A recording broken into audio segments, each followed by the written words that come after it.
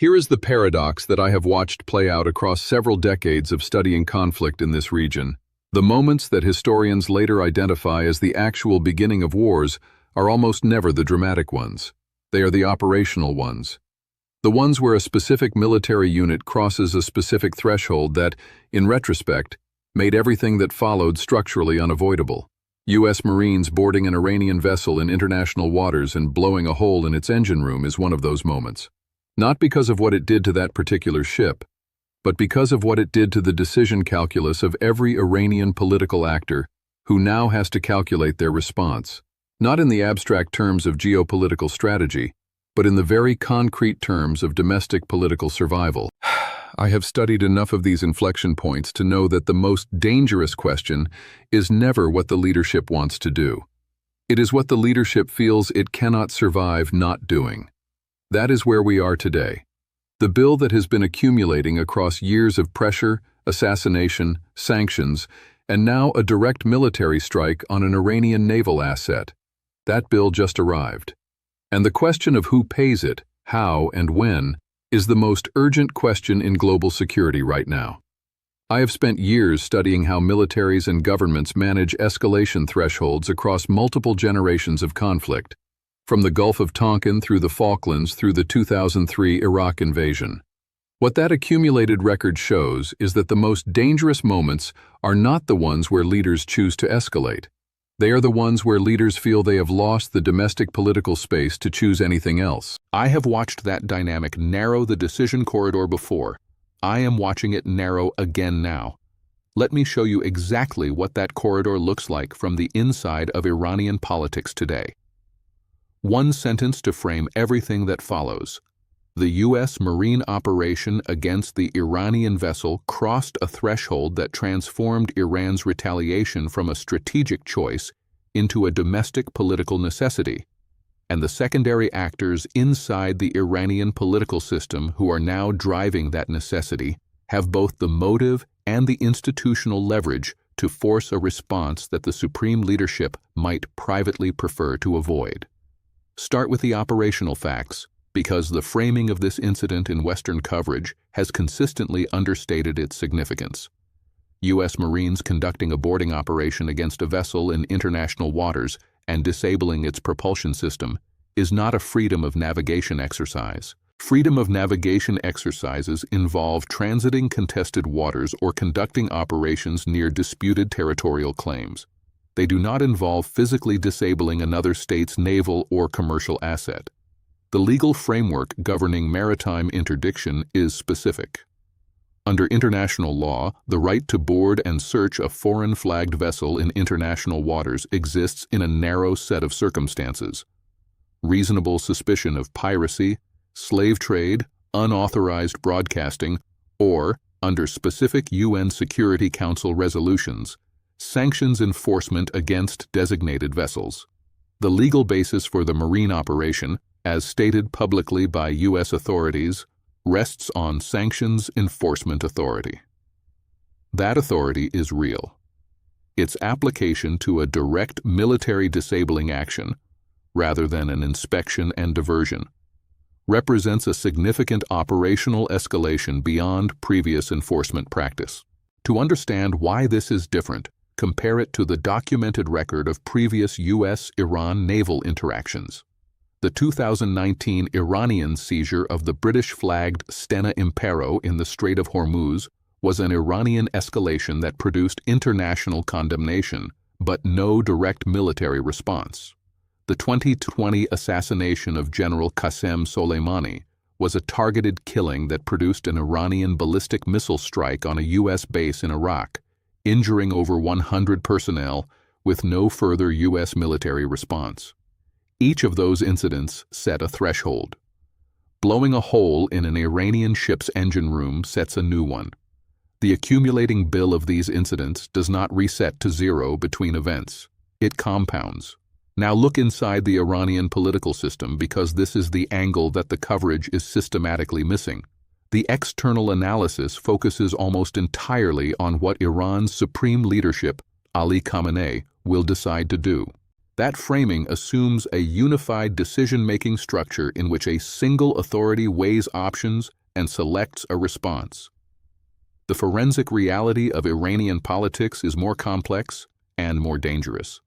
The Islamic Revolutionary Guard Corps, the IRGC, is not simply an instrument of the supreme leadership's will. It is an institutional actor with its own political interests, its own economic empire, its own factions, and its own internal pressure dynamics. The IRGC's Quds Force, which manages Iran's regional proxy network, has absorbed significant operational losses over the past 18 months. The killing of senior commanders in Syria, the degradation of Hezbollah's military capacity, the pressure on Houthi supply lines in Yemen. Each of those losses creates internal institutional pressure for a response that demonstrates the IRGC's continued operational relevance and deterrence credibility. A U.S. Marine operation that physically disables an Iranian naval asset is not just an external provocation to the Iranian state. It is a direct institutional challenge to the IRGC's core function, defending the Islamic Republic against external military pressure. Within the IRGC's internal political culture, documented through defector accounts, intercepted communications analyzed by Western intelligence services, and the public statements of its commanders, failing to respond to a direct military attack on an Iranian asset is not an acceptable option. It is an existential threat to the organization's internal legitimacy. The supreme leadership's actual decision space is therefore not the full menu of options that external analysis typically attributes to it. It is a subset of options that the IRGC's institutional pressure will permit. Options that the IRGC commanders publicly or privately characterize as insufficient will face internal resistance that could destabilize the relationship between the supreme leadership and its primary security instrument. That constraint is the most important variable in understanding what response is coming, and it is the one that receives the least attention in Western coverage. With that institutional constraint established, let us map what the realistic retaliation options actually look like. The Iranian strategic toolkit in the Gulf has several components, each with different escalation implications and different domestic political payoff. The first and most likely near-term option is proxy activation, specifically a significant Houthi operation against shipping in the Red Sea or Gulf of Aden, a Hezbollah action in Lebanon that tests the ceasefire framework, or an Iraqi militia strike against U.S. assets in Iraq or Syria. Proxy activation allows Iran to demonstrate response capability and impose costs on U.S. interests, while maintaining deniability and limiting the risk of direct U.S. military retaliation against Iranian territory. It is the instrument Iran has used most consistently across previous escalation cycles. The problem from the IRGC's internal perspective is that proxy activation following a direct attack on an Iranian vessel may be characterized internally as insufficient, as outsourcing a response that Iranian honor requires Iran to deliver directly. The second option is a direct Iranian naval or missile response targeting a U.S. naval asset in the Gulf. This option has the highest domestic political payoff. It directly mirrors the form of the U.S. action and demonstrates Iranian capability and will to respond symmetrically. It also has the highest escalation risk. A direct Iranian strike on a U.S. naval vessel, depending on the casualties and damage it produces, could trigger a U.S. military response of a scale that Iran's leadership privately assesses as beyond its capacity to absorb without regime-threatening consequences. The third option, and the one that sophisticated Iran watchers at the Carnegie Endowment and the International Crisis Group have identified as the most likely actual choice, is a calibrated direct action that is clearly Iranian in origin, clearly military in character, but designed to fall below the threshold of U.S. casualties that would require a major American military response. A strike on a U.S. naval support vessel rather than a combat ship. a disabling action on U.S. infrastructure that produces economic damage without personnel casualties, a seizure of a vessel with symbolic rather than strategic value. The objective is to demonstrate that Iran can and will respond directly without triggering a war that Iranian leadership calculates it cannot win. The challenge with calibrated responses is that the threshold they are designed to stay below is not fixed. It is determined by the U.S. domestic political environment at the moment of the Iranian action, and that environment is itself in a state of significant volatility. A calibrated Iranian response that in a different political moment might produce a contained U.S. counter-response could, under current domestic political conditions in Washington, produce pressure for a response that exceeds what Iranian planners anticipated. The history of escalation dynamics in the Gulf is full of examples where the action that each side intended to be a calibrated message was received by the other side as a threshold-crossing provocation. The 1988 Operation Praying Mantis, in which the U.S. Navy sank or disabled roughly half of Iran's operational naval fleet in a single day, began as a response to a single mine strike on a U.S. frigate. The escalation from mine strike to fleet destruction happened within hours, driven by operational momentum and rules of engagement that each side had calibrated differently. That pattern is not reassuring when applied to the current situation.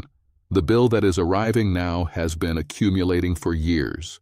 The IRGC's internal pressure is at a high. The U.S. domestic political environment is volatile, and the operational distance between a calibrated Iranian response and a U.S. counter-response that triggers full escalation is narrower than any point I have studied in this region in the past 2 decades. Now identify the secondary actors who will determine how this plays out, because they are not the ones getting the most coverage. The most consequential actor in the Iranian decision process right now is not Khamenei. It is IRGC Commander Hossein Salami and the network of hardline commanders beneath him who have the most institutional interest in a forceful response and the most internal leverage to push the supreme leadership toward one. On the U.S. side, the secondary actors who matter most are not the Secretary of Defense or the National Security Advisor. They are the commanders of the Fifth Fleet in Bahrain and CENTCOM in Tampa, who have rules of engagement that determine how a U.S. force responds in real time to an Iranian action, and whose operational judgment in the first hours of any Iranian response will determine whether the incident stays contained or triggers a wider engagement before civilian leadership has time to intervene. In the Gulf states, the secondary actors who matter are the governments of Saudi Arabia, the UAE, and Kuwait, all of which have significant U.S. military infrastructure on their territory that becomes a target in any scenario of direct U.S.-Iran conflict. These governments are communicating privately with Washington about the risk of Iranian retaliation against their territory, a risk that their populations and their own political stability cannot absorb as easily as Washington's strategic calculus might assume. Their private communications, documented in reporting from the Financial Times and Reuters, amount to a message that the U.S. military action has created a risk exposure for them that they did not consent to and cannot fully defend against. And in Tehran's opposition and reform movements, the secondary actor dynamic runs in the opposite direction. Reformists and moderates who might argue for a restrained response have almost no institutional leverage in the current political environment, where the IRGC's dominance of the security architecture and the hardening of the supreme leadership's position following 18 months of military pressure have compressed the political space for voices urging de-escalation. Let me be as specific as the available evidence permits about the proximity to direct conflict, because the informed adult watching this deserves a direct answer rather than diplomatic hedging. Based on the documented pattern of escalation dynamics in the Gulf, the institutional pressure within the IRGC, the constrained decision corridor of the supreme leadership, and the operational posture of U.S. forces in the region, I assess the following. The probability of a significant Iranian military action, defined as a direct Iranian strike or seizure operation targeting a U.S. asset, as distinct from proxy action within the next 30 to 60 days is higher than at any point since the 2020 Soleimani assassination and the subsequent ballistic missile strikes. The specific threshold that was crossed, a direct U.S. military disabling action against an Iranian vessel, has no precise precedent in the post-1988 U.S.-Iran relationship. Both sides are therefore operating without a clear shared understanding of where the response threshold sits, which is precisely the condition under which miscalculation becomes most likely. The good news, if there is any, is that both sides retain strong structural incentives to avoid full-scale war. Iran's leadership calculates correctly that a direct military confrontation with the United States would threaten regime survival. The United States has no stated objective that requires a full-scale war with Iran and significant domestic political constraints on initiating one. Those incentives are real, and they are stabilizing. But they are incentives operating on political leaderships whose decision corridors are being narrowed by secondary actors on both sides who do not fully share those incentives. Iran's supreme leadership faces the most constrained decision corridor it has faced since 1988, a response that the IRGC characterizes as sufficient risks triggering a U.S. military response that threatens regime survival.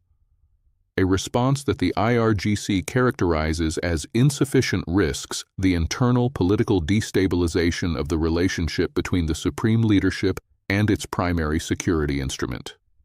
There is no option on the menu that resolves both constraints simultaneously. Every choice has a cost that will arrive, like the bill itself, later than expected and larger than planned. The United States faces a version of the same problem from the opposite direction. The Marine operation established a precedent that will be tested again by Iran, by other actors watching the precedent, and by U.S. military commanders whose rules of engagement now incorporate that precedent as a baseline.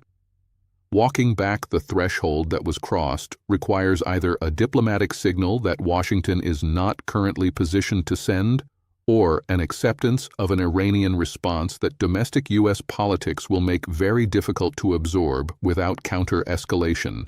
The secondary actors on both sides, the IRGC commanders, the Fifth Fleet, the Gulf state governments, the Iranian reformists with no leverage, are all operating within a dynamic that none of them fully controls, and that the primary actors on both sides are discovering they can no longer fully manage. That is the definition of a situation that produces outcomes nobody wanted and everybody contributed to creating. Scenario 1. Calibrated Iranian response, contained escalation.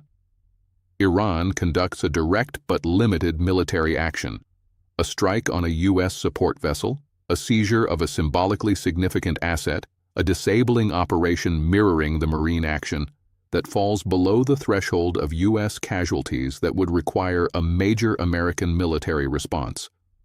Washington absorbs the action, issues condemnation, imposes additional sanctions, and both sides signal that they do not want further escalation.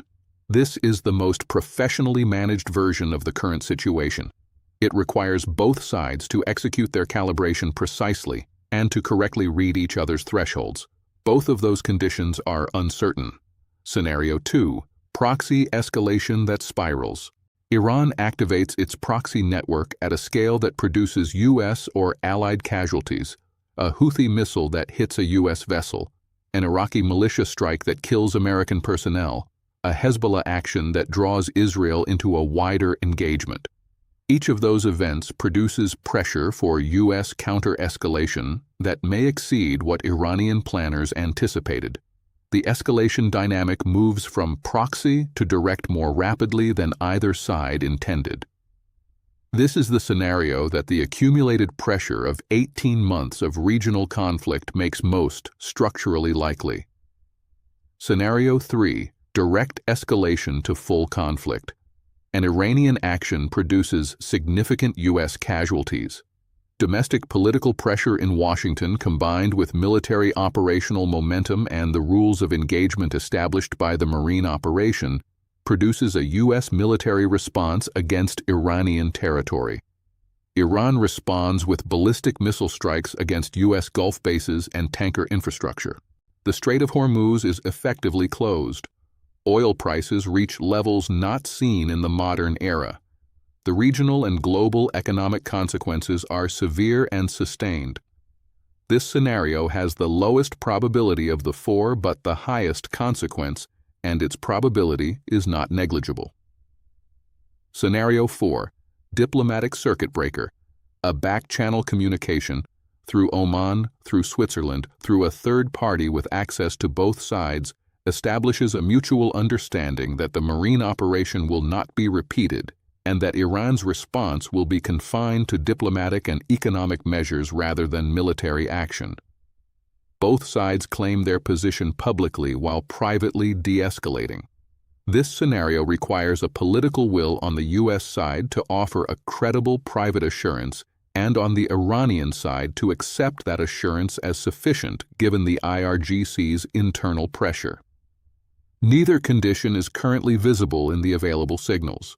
If you are an informed adult trying to understand how close we actually are to direct U.S.-Iran conflict, not the proxy kind but the direct naval and military engagement kind that has not happened since 1988, the honest answer is closer than at any point in the past 35 years, and moving closer rather than further as the secondary actors on both sides narrow the decision corridors of their respective leaderships. This matters to you in ways that go beyond geopolitical abstraction. A direct U.S.-Iran military conflict in the Gulf produces immediate oil price spikes of a magnitude that transmits to every energy-dependent economy within weeks. It produces a humanitarian crisis in Iran of a scale that generates refugee and displacement flows that affect regional stability for years. It produces a test of U.S. military capacity and political will that every other adversarial actor in the world, in Beijing, in Moscow, in Pyongyang, is watching and updating its own calculations from. And it produces a domestic political crisis in the United States that would absorb the attention and resources of an administration for the remainder of its term. The bill that has been accumulating since the Soleimani assassination, through the nuclear strikes, through the ceasefire collapses, through the shadow fleet operations, and now through a marine boarding party blowing a hole in an Iranian engine room. That bill is arriving. Understanding what is on it, who is being asked to pay it, and what the payment options look like is not academic analysis. It is the most practically important geopolitical question of the current moment. Let me draw the final picture. U.S. Marines disabled an Iranian vessel. Iran's supreme leadership now faces a decision corridor that the IRGC has narrowed to options that are all more dangerous than the options that were available before the operation. The secondary actors inside Iranian politics who are pushing toward a forceful response have more institutional leverage than the voices urging restraint. And the secondary actors on the U.S. side, the operational military commanders whose rules of engagement now incorporate the new precedent, will determine in real time whether any Iranian response stays contained or triggers a wider engagement. I have watched escalation dynamics in this region for long enough to know what the trajectory looks like when the bill starts arriving. The 1988 pattern, from mine strike to fleet destruction in a single day, was not the product of anyone's deliberate decision to start a war. It was the product of operational momentum, constrained decision corridors, and secondary actors executing their authorized responses faster than civilian leadership could intervene. The current situation has more variables in motion simultaneously than 1988 did. That is not reassuring. The diplomatic circuit breaker in Scenario 4 exists. It has been used before. Oman has facilitated U.S.-Iran back-channel communication at several critical moments. Whether it is being activated right now, and whether the political will exists on both sides to use it before the secondary actors force the situation past the point where it can be used, is the question that will determine whether the bill that just arrived gets paid in the currency of controlled de-escalation or in something much more expensive? Here is what I want you to sit with. Of the 4 scenarios I described, calibrated response, proxy spiral, direct conflict, diplomatic circuit breaker, which do you assess as most likely given everything we have covered? And what single variable would change your assessment? Drop your answer in the comments. The most analytically precise responses I will read in the follow-up.